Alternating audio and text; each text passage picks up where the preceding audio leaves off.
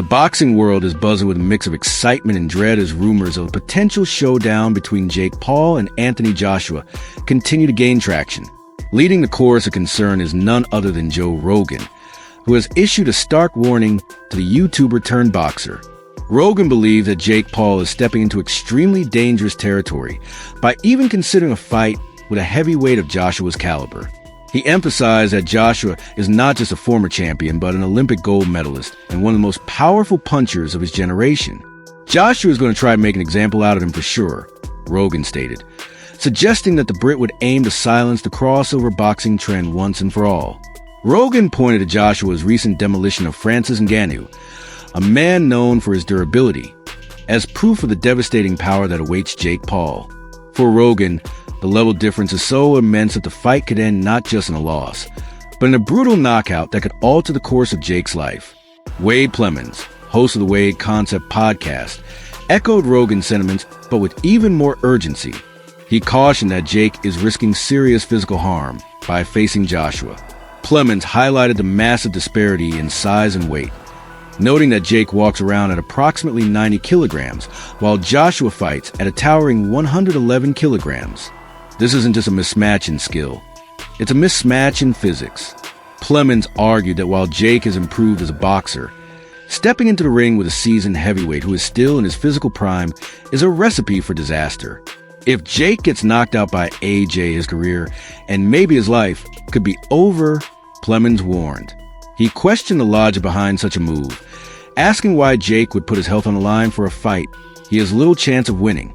To Plemons, Jake's ambition seems to be blinding him to the very real danger of facing a puncher like Joshua. Despite the grave warnings from pundits, the rumor mill is churning with reports that the fight is closer to reality than many think. Ring magazine recently broke the news that sources close to negotiations claim a deal is being finalized for a heavyweight bout in December, potentially to be streamed on Netflix. The report suggests that the fight would take place in Miami and would not be an exhibition, but a fully sanctioned professional match. However, Eddie Hearn, Joshua's longtime promoter, has pushed back on these claims. While confirming that conversations have taken place, Hearn called the reports of a finalized deal premature. He made it clear that if the fight does happen, it will be contested under Queensberry rules. No modified gloves, no shortened rounds. It would be a real fight, which only heightens the stakes and the danger for Jake Paul. Simon Jordan, a prominent UK boxing commentator, offered a brutally honest assessment of the potential matchup. He dismissed the idea as stupid and ridiculous from a sporting perspective, labeling it a blatant cash grab. While Jordan acknowledged the enormous financial upside, potentially generating tens of millions of dollars, he argued that the fight lacks any competitive integrity. For Jordan, Joshua is a two-time world heavyweight champion who has faced the elite of the division, while Jake Paul is still a novice in comparison. He believes that fighting a YouTuber does nothing to enhance Joshua's legacy and only serves to degrade the purity of the sport. Jordan's criticism reflects a broader sentiment within the boxing community that crossover fights are turning the sweet science into a circus. Tony Bellew, a former WBC cruiserweight champion, was even more scathing in his critique. He stated that he would not believe the fight is happening until the two men are actually in the ring.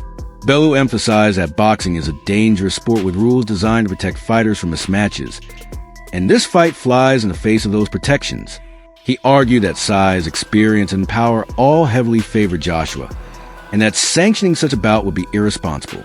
Bellew suggested that if the fight must happen, strict protective terms should be put in place, such as heavier gloves or headgear, to mitigate the risk to Jake. Without these adjustments, he sees the fight as horrific and potentially life-threatening. Adding to the chorus of skepticism is UFC welterweight champion Leon Edwards, who weighed in on the rumors with a blunt prediction. Edwards said that if Joshua doesn't knock Jake out within 1 or 2 rounds, the fight must be fixed.